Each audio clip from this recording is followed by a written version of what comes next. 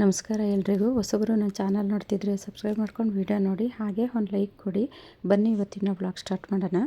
ಮಾತಿಗೂ ಈ ಹೆಂಗಸು ಅಂತ ಇರ್ತಾಳಲ್ಲ, ನನ್ನನ್ನು ನಮ್ಮವ್ವ ಹೆಂಗಸು ಅಂತಲೇ ಎತ್ತಿರೋದು. ಹೆಂಗಸು ಅಂತ ಎತ್ತಿ ಆ ಒಂದು ಹೆಂಗಸಿಗೆ ಯಾವ್ಯಾವ ಸಂಸ್ಕಾರ ಕಲಿಸ್ಬೇಕೋ ಆ ಸಂಸ್ಕಾರ ಎಲ್ಲನೂ ನಮ್ಮವ್ವ ನನಗೆ ಕಲಿಸೈತೆ. ನಿನಗೆ ನಿಮ್ಮವ್ವ ಯಾವ ಸಂಸ್ಕಾರ ಕಲಿಸವಳೆ? ನಾನೇನೋ ಹೆಂಗಸು, ನೀನು ಹೆಂಗಸಲ್ವಾ? ಹಂಗಾರೆ ನೀನು ಗಂಡು ಬೀರಿನಾ? ನಿನಗೆ ಹೆಣ್ಣು ಅಂತ ನೀನಿದ್ದಿದ್ರೆ, ನಿನಗೆ ಸಂಸ್ಕಾರ ಅಂತ ನಿನ್ನನ್ನು ಎತ್ತವ್ರು ಕಲಿಸಿದ್ದಿದ್ರೆ ನೀನು ಈ ಥರ ಬೀದಿಗೆ ಬರ್ತಿರ್ಲಿಲ್ಲ. ನಿನಗೆ ಸಂಸ್ಕಾರನೇ ಕಲಿಸಿಲ್ಲ ನಿನಗೆ. ಅದರಲ್ಲೂ ಏನೋ ನಾನು ಹೋಗಿದ್ದಂತೆ ಇವಳ ಹತ್ರ ಹೇಳಿಸ್ಕೊಳ್ಳೋಕ್ಕೆ. ಅದು ಯಾವಾಗ ಹೋಗಿದ್ನೋ ನನಗೇ ಗೊತ್ತಿಲ್ಲ. ಮತ್ತೆ ಹೇಳ್ತಿದ್ರೆ ನಾನು ಏನು ಮಾಡ್ತೀನೋ ನನಗೆ ಗೊತ್ತಿಲ್ಲ. ಬಾರೇ, ಅದು ದೇವ್ರ ಮುಂದೆ ಕರ್ಪೂರ ಹಚ್ಚಬೇಕೋ, ಬಾ ಹಚ್ಚುತ್ತೀನಿ, ನೀನು ಹಚ್ಚು. ನನಗೆ ಇವಳು ಏನು ಹೇಳ್ಕೊಟ್ಟಿಲ್ಲ ಅಂತ ನಾನು ಹಚ್ಚುತ್ತೀನಿ, ನಾನು ಹೇಳ್ಕೊಟ್ಟಿದ್ದೀನಿ ಅಂತ ನೀನು ಹಚ್ಚು.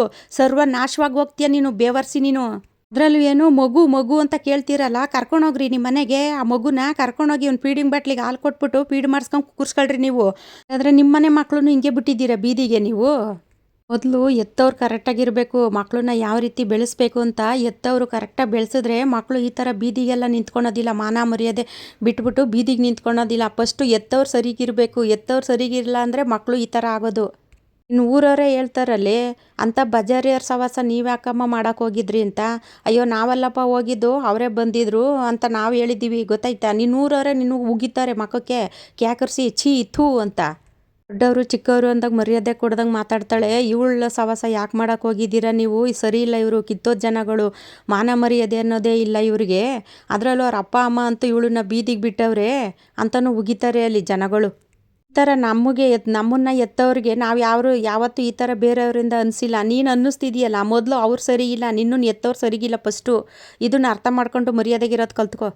ದೀಪ ಆರವಾಗ್ಲೇ ಅಂತೆ ಜೋರಾಗಿ ಉರಿಯೋದು. ಅದೇ ರೀತಿಯೇ ನಿನಗೇನೋ ಕೇಡ್ಗಾಳ ಹತ್ರ ಬಂದ್ಬಿಟ್ಟದೆ, ಅದಕ್ಕೇ ಹಿಂಗೆ ಆಡ್ತಿದ್ಯಾ. ಬೇಗನೆ ಹೊಂಟೋಯ್ತೀಯ ನೀನು, ಇರೋದಿಲ್ಲ ಭೂಮಿ ಮೇಲೆ ಹೆಚ್ಚು ದಿನ ನೀನು. ಏಕೆಂದರೆ ಅದನ್ನು ಹೇಳ್ತೀನಿ ಕೇಳ್ಕೊ. ನನ್ನ ಕಣ್ಣು ಮುಂದೆ ನಿನ್ನ ಥರ ಮೆರೆದವರೆಲ್ಲ ತುಂಬ ದಿನ ಉಳಿಲಿಲ್ಲ, ಎಲ್ಲ ಅಳ್ದು ಹೊಂಟೋದ್ರು. ಅದೇ ಥರನೇ ನಿನಗೂ ಆಗೋದು. ಮರ್ಯಾದೆಗಿರೋದನ್ನ ಕಲ್ತ್ಕೊ. ಇನ್ನೂ 4-6 ದಿವಸ ಬದುಕಬೇಕು ಅನ್ನಂಗಿದ್ರೆ ಅಚ್ಚುಕಟ್ಟಾಗಿರೋದು ಕಲ್ತ್ಕೊ. ಇಲ್ಲ 3 ದಿವಸಕ್ಕೆ ನೀನು ಹೊಂಟೋಗ್ಬೇಕು ಅನ್ನಂಗಿದ್ರೆ ಮೆರಿ ಇನ್ನುವೇ.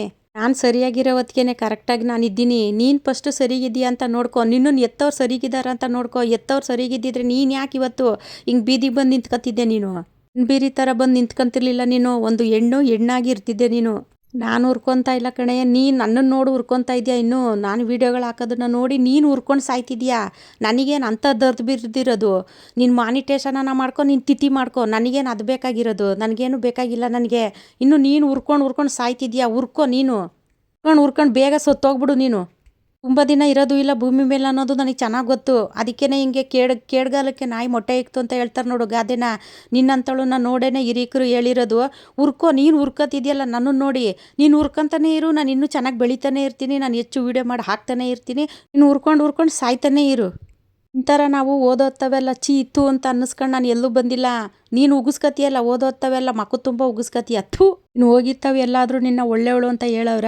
ಥೂ, ನೀನು ಹುಟ್ಟಿದ ಊರಲ್ಲೇ ನೀನು ಉಗಿತಾವ್ರೆ ನಿನಗೆ. ಇದಕ್ಕಿನ್ನೂ ಬೇಕಾ? ಜನಗಳೇ ಉಗಿತಾವ್ರೆ ನಿನಗೆ. ಒಂದು ಬಾಳು, ನಿಂದು ಒಂದು ಜನ್ಮ. ಥೂ, ನಿನ್ನ ಜನ್ಮಕ್ಕೊಂದಷ್ಟು ಬೆಂಕಿ ಯಾಕ.